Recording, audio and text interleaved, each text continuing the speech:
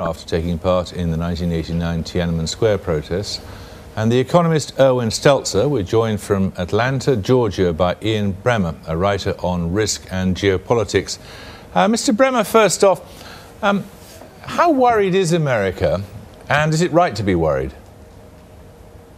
America's worried in very different fashion. As you see, if you're a university graduate, you have less than 5% unemployment in the U.S. right now. You go out to the Fortune Brainstorm Conference where they have all the CEOs of the technology firms and the private equity guys, and you'd never know that they were living in the same country as a lot of the folks that your interviewer was just chatting with.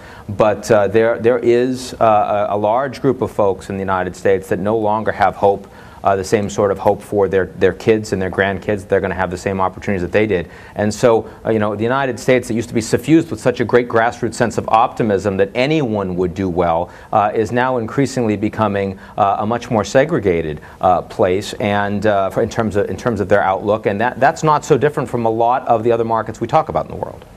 Do you see it like that, Erwin Stelzer? Well, I think it's certainly true that the good news is that Americans are worried because they're going to do something about it. That's traditionally the case in America. You go along and you're told Russia's going to overtake you, and China's going to overtake you, and Japan is going to overtake you, and it's all policy mistakes that do it, and then Americans get around to correcting it. It is still the place. Well, you saw those immigrants. Do you see immigration like that into any other country? You don't.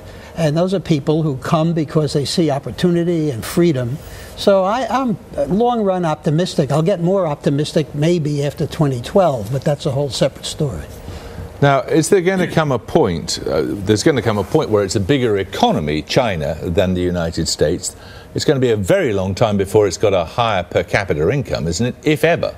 Well, it'll be decades and decades. I mean, if the economy is bigger, but supporting 1.3 billion people compared to 300 million people, that doesn't mean the people there are better off. They're not.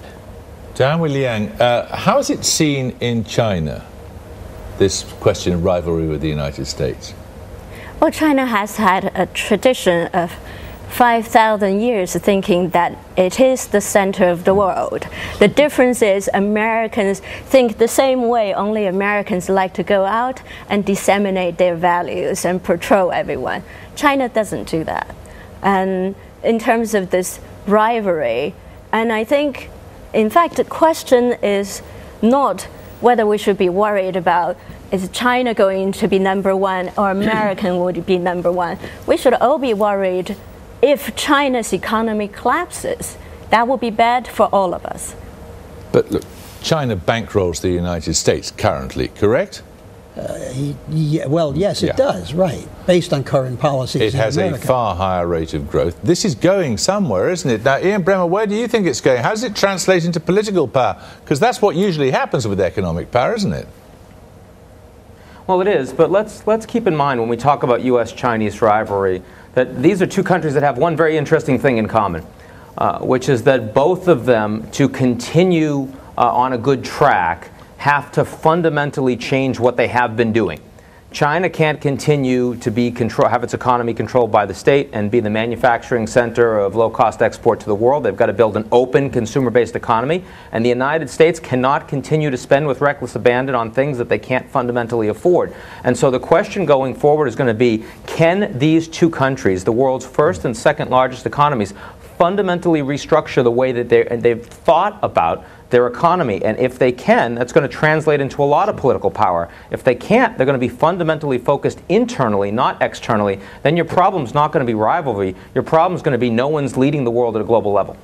There's a big assertion underlying that claim about China, isn't there, Diane? And it is that you cannot somehow have a controlling political system of the kind that there is in China with a burgeoning market economy of the kind that there also is in China. That can't last because we can only imagine that it's allied to some form of democracy. Is that necessarily the case? Well, that's a good question. First of all, it has lasted for 25 years and the growth is still double-digit. But secondly, I think the gentleman is mistaken to some degree that China's 40% GDP, so the economy, is actually contributed by small and medium firms. It's not a state-controlled economy, and as we think it is. And I think America has found in China a true competitor. As in your segment, one of the interviews that America is risk-taking, entrepreneurial. China is all that as well. So we got to separate the government and the people. And I think China is becoming very much a consumer society. The internal growth is a force to be reckoned with. Owen Starks, do you think we're seeing the emergence of a different kind of model for how successful societies can operate?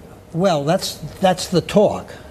We've had different models since Hitler in the 30s, and then we had communism, and we've had all sorts of alternative models.